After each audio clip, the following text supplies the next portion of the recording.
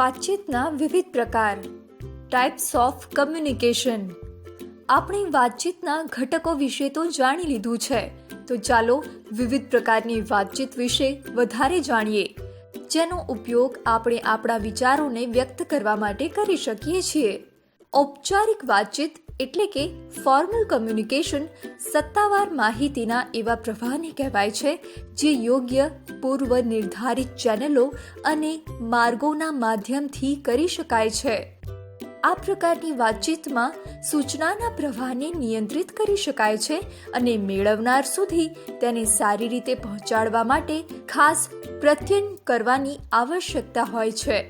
Formal communication એક પદક્રમ પ્રમાણેની સંરચના અને આદેશની સાંકળનું અનુકરણ કરે છે.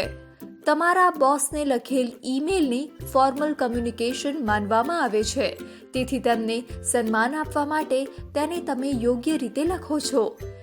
બીજી બાજુ અનૌપચારિક વાતચીત એટલે કે ઇન્ફોર્મલ કમ્યુનિકેશન નિયમો અને સંરચનાઓ દ્વારા નિયંત્રિત થતું નથી, જે સંગઠનની અંદર અથવા લોકોની વચ્ચે સ્વતંત્ર રૂપે ચાલે છે. તે પૂર્વ પરિભાષિત ચેનલો અને વાતચીતના માર્ગોથી બંધાયેલ નથી. ઇન્ફોર્મલ કમ્યુનિકેશન એકબીજાના સંબંધો પર આધાર રાખે છે. તેનો અર્થ એ છે કે તે લોકોની વચ્ચેના સંબંધોની ઊંડાઈ પર આધારિત હોય છે. મિત્રો અથવા ભાઈ બહેનોની સાથે વાત કરતી વખતે તમે ઇન્ફોર્મલી વાત કરવાનું પસંદ કરશો. વાતચીતની મુખ્ય રીતો ફોર્મલ અને ઇન્ફોર્મલ વિશે આપણે જાણ્યું છે. પરિસ્થિતિઓ પ્રમાણે તમે ઉપરોક્ત રીત પસંદ કરી શકો છો. વિભિન્ન પરિસ્થિતિઓમાં વિભિન્ન વાતચીત કૌશલ્યને ઉપયોગમાં લેવામાં આવે છે. તમે જે અંદાજમાં તમારા મિત્ર સાથે વાત કરો છો, એ જ અંદાજને તમારા બોસની સાથે વાત કરવા માટે અપનાવી શકાતો નથી. તમારા મિત્રની સાથે તમારું વર્તન સહજ હશે, તમારી શારીરિક પ્રતિક્રિયા નોર્મલ હશે અને ત્યાં સુધી કે તમારા વિચાર અવ્યવસ્થિત પણ હોઈ શકે છે. પરંતુ તમારા બોસ સાથે વાત કરતી વખતે તમે સીધા બેસશો અથવા ઊભા હશો. તમે તે નક્કી કરશો કે તમે માત્ર કામની વાત કરશો, એક વિનમ્ર અને ઔપચારિક સ્વર બનાવીને વાત કરશો. ફોર્મલ વિરુદ્ધ ઇન્ફોર્મલ વાતચીતના તફાવત સિવાય લોકોની સંખ્યા પ્રમાણે પણ કમ્યુનિકેશન પેટર્ન બદલાય છે.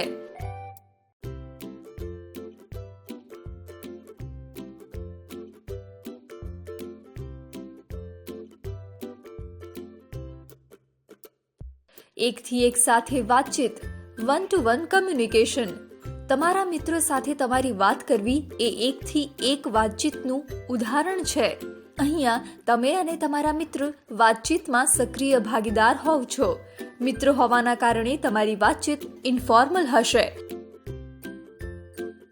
એકથી સમૂહ સાથે વાતચીત, વન ટુ ગ્રુપ કમ્યુનિકેશન.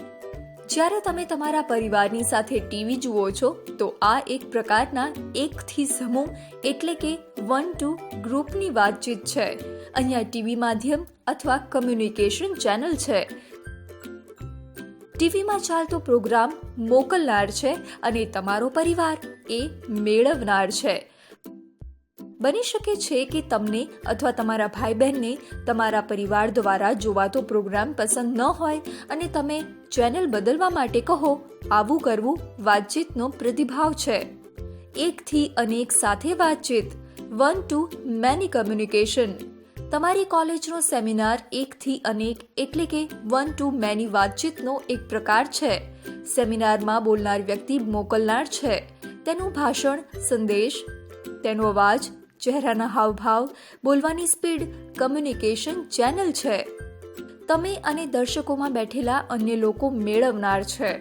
દર્શકો દ્વારા પૂછવામાં આવતા પ્રશ્નો અથવા દર્શકો દ્વારા કરવામાં આવતી પ્રશંસા પ્રતિભાવ હશે.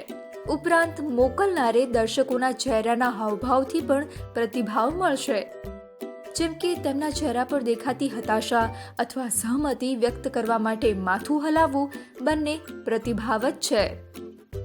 વાતચીતનું સ્વરૂપ અને માધ્યમ.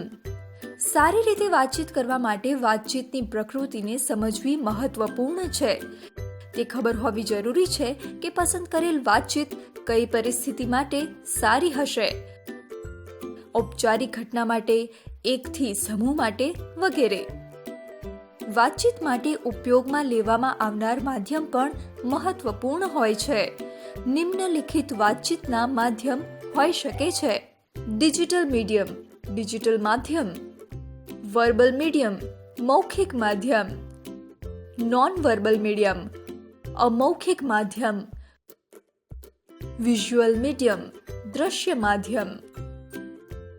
વાતચીતની શૈલીની પસંદગી આ વાતો પર નિર્ભર હોય છે: દર્શકોની જરૂરત, મોકલવાનો સંદેશ, સંદેશ વડે તમે કેવો પ્રભાવ પાડવા માંગો છો, વગેરે. ઉદાહરણ તરીકે, જે લોકો ટીવીની જાહેરાત બનાવે છે તે સમજે છે કે પ્રભાવી રીતથી પોતાનો સંદેશ આપવા માટે તેમની પાસે સમય નક્કી છે, સામાન્ય રીતે 1 થી 1.5 મિનિટ.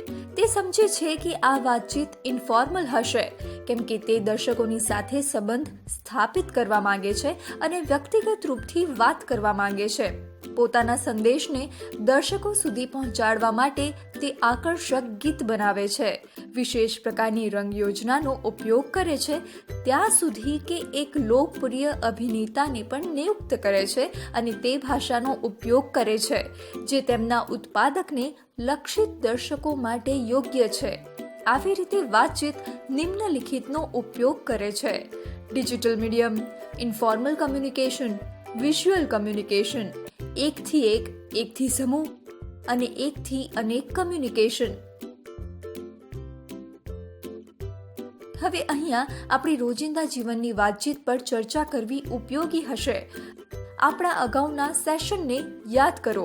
જ્યારે તમે સેશનમાં ભાગ લઈ રહ્યા હતા અને ટ્રેનર કોઈ સંકલ્પનાને સમજાવી રહ્યા હતા, ત્યારે કયા પ્રકારની વાતચીતનો ઉપયોગ કરી રહ્યા હતા?